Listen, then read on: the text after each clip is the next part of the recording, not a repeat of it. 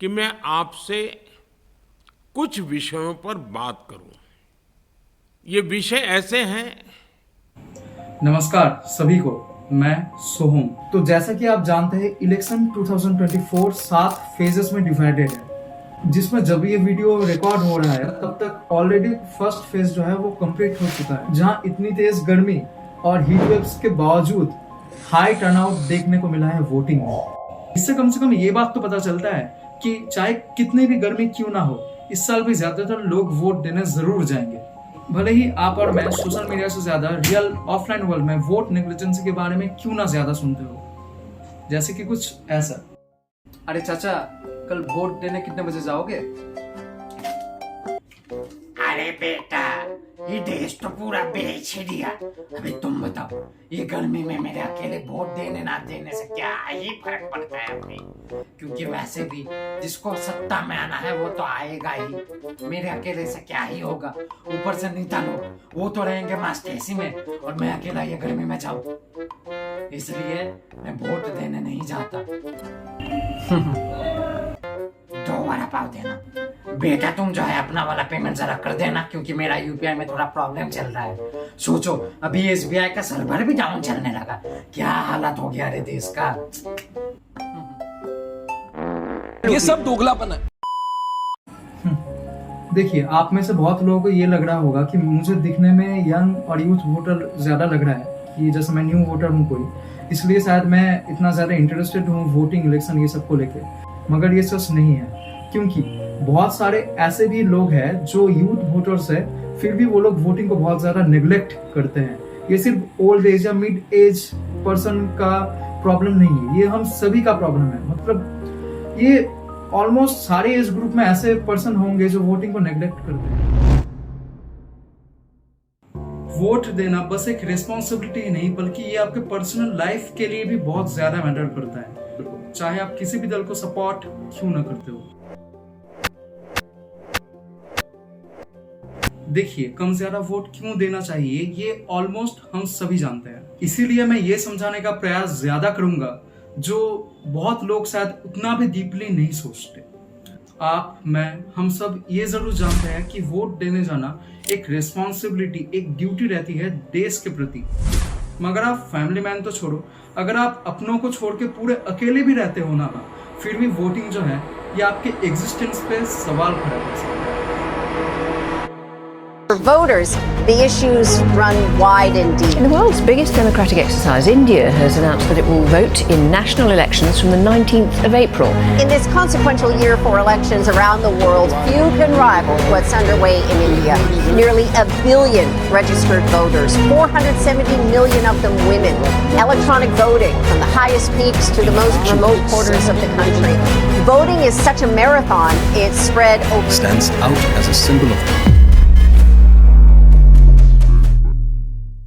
अगर आप family man हो तो शायद ये सोचोगे कि एक ऐसे नेता को वोट देना है जो आपकी माँ, बहन, बेटियों को एक अच्छा सेफ एनवायरनमेंट दे सके। ऐसे ही अगर आप अकेले रहते हो तो शायद आपकी नीड एक ऐसे स्टेबल गवर्नमेंट से हो जो कि आपके एरिया में आपको लो क्रिमिनल रेट और लो इन्फ्लेशन रेट प्रोवाइड कर पाए। अभी इन्फ्लेशन तो एक ऐसी चीज हो गई जिसको लेके ऑलमोस्ट सारे एज ग्रुप जो है वो डरते हैं। अभी डरे ही क्यों ना। खैर, चुनाव तो मेनली 3 टाइप का हो गया जो मैं, आप, हम नॉर्मल इंडियन सिटीजन जो है वो दे सकते हैं। इसमें से पहला जो हो गया वो आपका लोकल पंचायत एरियाज या म्यूनिसिपल एरियाज में हो गया। उसके बाद वाला जो है वो विधानसभा चुनाव हो गया जिसमें सीएम चुने जाते हैं। उसके बाद जो हुआ वो जो अभी हो रहा है लोकसभा इलेक्शन, जिसमें प्रधानमंत्री पद के लिए इलेक्शन होता है। अभी आप में से कुछ लोग ये सोचते हैं कि पंचायत वोट और म्यूनिसिपल इलेक्शंस जो है ये ज़्यादा ज़रूरी है, क्योंकि स्मॉल विलेजेस में या टाउन में नेता लोग जो है या उनके दल के जो कार्यकर्ता लोग होते हैं वो वोटिंग बूथ वगैरह में ऐसे चेहरा देख लेते हैं कि कौन कौन वोट देने आया, कौन कौन नहीं।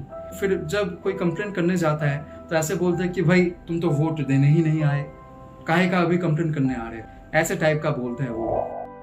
मगर ये प्रेशर में आके वोट देने से ज्यादा आपको ये सोचना चाहिए कि ओवरऑल आपके स्टेट में कौन पावर में रहेगा या रहेगी, क्योंकि उसी हिसाब से आपके लोकल एरिया में भी डेवलपमेंट फंड एक्सेट्रा मैटर करता है।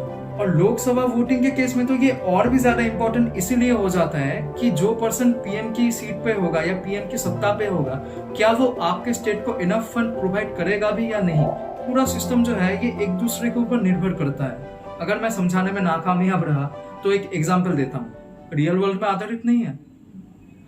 हाँ, नहीं, देश की रूलिंग पार्टी यानी जो सेंटर में है, ये अगर आपके स्टेट के रूलिंग पार्टी को इनफ फंड प्रोवाइड नहीं कर पाएगी फॉर XYZ रीजन, तो आपके स्टेट की जो रूलिंग पार्टी है वो भी आपके लोकल एरिया के रूलिंग पार्टी को इनफ फंड प्रोवाइड नहीं कर पाएगी, जिससे कि ओवरऑल आप जो है अफेक्टेड होंगे।